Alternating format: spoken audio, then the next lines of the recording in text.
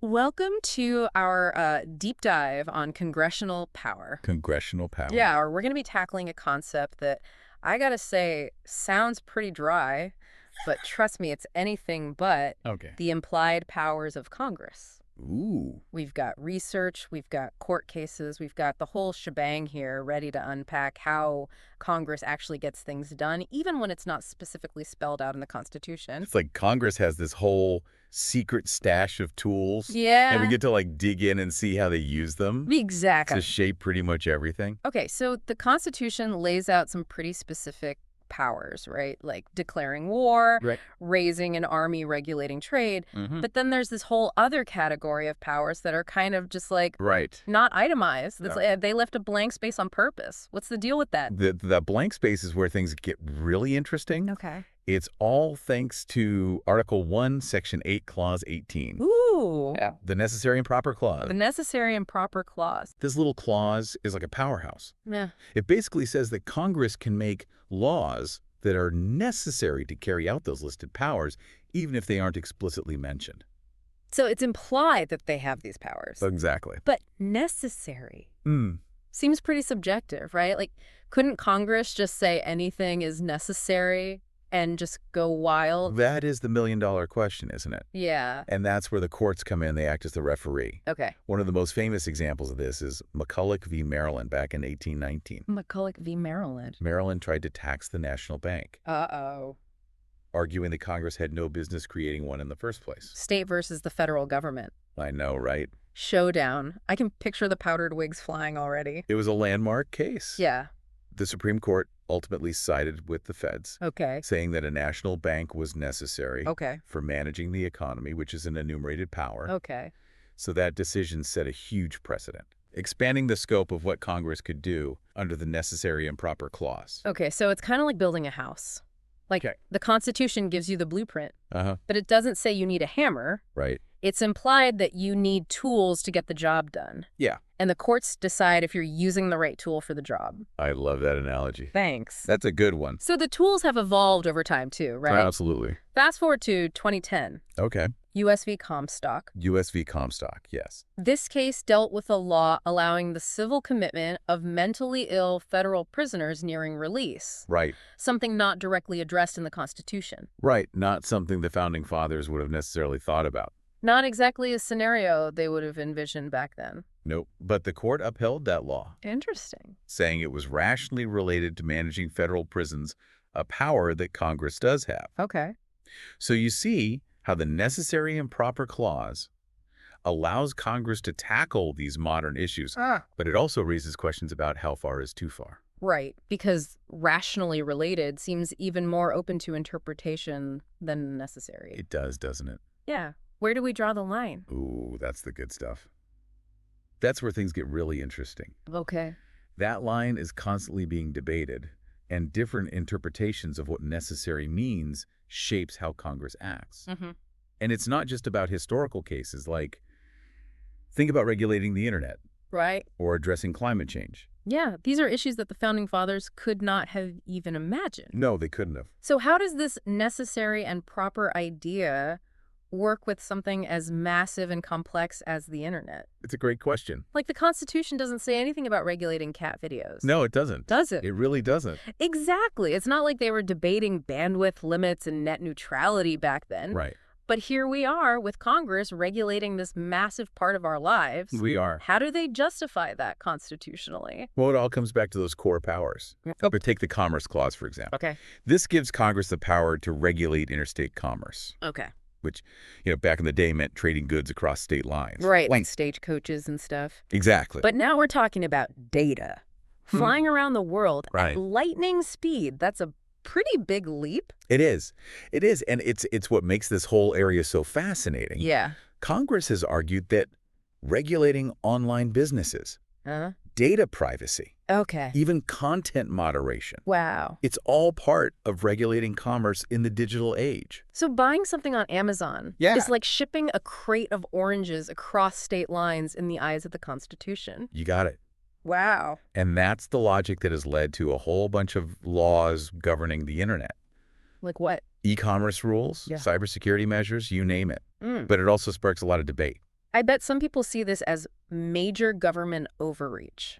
Absolutely. Critics argue that some of these internet regulations go too far, that they infringe on individual liberties and exceed the scope of the Commerce Clause. So it's this constant push and pull Yes. between Congress trying to assert authority Mm-hmm. and concerns about like a nanny state. It's a balancing act. Okay, so at least it's not just a blank check for Congress to do whatever they want online. Right. The courts are still involved in interpreting these powers. No, absolutely. Okay, All of those debates often end up in court, makes sense. where judges weigh in on whether or not a particular law stretches that necessary and proper clause too thin. Uh-huh, It's a crucial check on Congress's power, right. making sure they're not just rewriting the Constitution through the back door. Okay, so the internet, this massive, ever-evolving thing, It is. Congress figuring it out as they go, using these implied powers to adapt. Right. What about other modern issues? Sure. Does the same logic apply to, say, climate change? That's a great example. Okay. I mean, the Constitution doesn't mention greenhouse gases Right. or, carbon footprints. Yeah. But Congress has still enacted a whole range of environmental regulations. Okay. They often rely on that necessary and proper clause Uh-huh. in combination with other powers, like regulating commerce Okay. or providing for the general welfare. So they might argue that limiting pollution from factories Yes. is necessary to protect public health, Exactly. which falls under their duty to provide for the general welfare. You got it. Okay. They might also point to the impact of climate change on interstate commerce, Okay. like disruptions to agriculture Right. or shipping to justify those regulations. So still connecting the dots. Always connecting the dots back to those core powers. It's amazing to me how this one little clause, necessary and proper, I know, right? allows the Constitution to like flex and adapt to issues that didn't even exist a couple centuries ago. It's true. It's like future-proofing a document.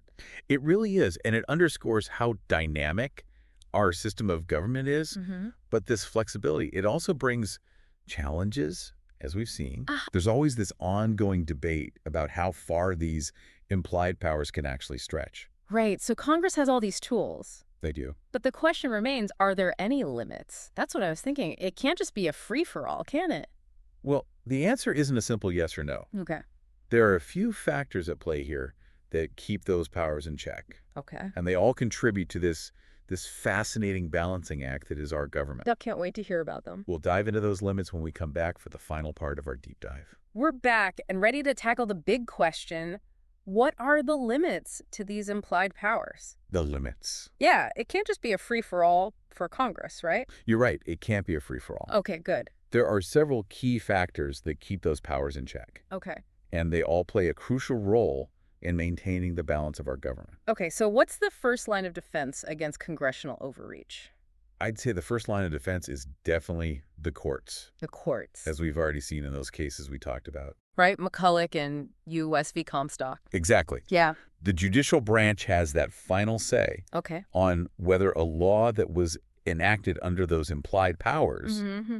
is actually constitutional. So it's like a referee Yeah. calling a foul. Exactly. If Congress tries to stretch that necessary and proper clause too far, Right. the courts can just blow the whistle. They blow the whistle and say, nope, Yeah. you can't do that. So they're like a check, They are. making sure those implied powers aren't being used to like Right. infringe on individual rights or just exceed the scope of the Constitution. That's it. Exactly. It's like Congress can propose a play, but the courts ultimately decide Yes. if it's legal according to the rule book. Exactly. I like that. Okay, cool. Yeah. It's not just about the courts, though, right? We Okay. were talking earlier about the whole tension Okay. between federal and state power.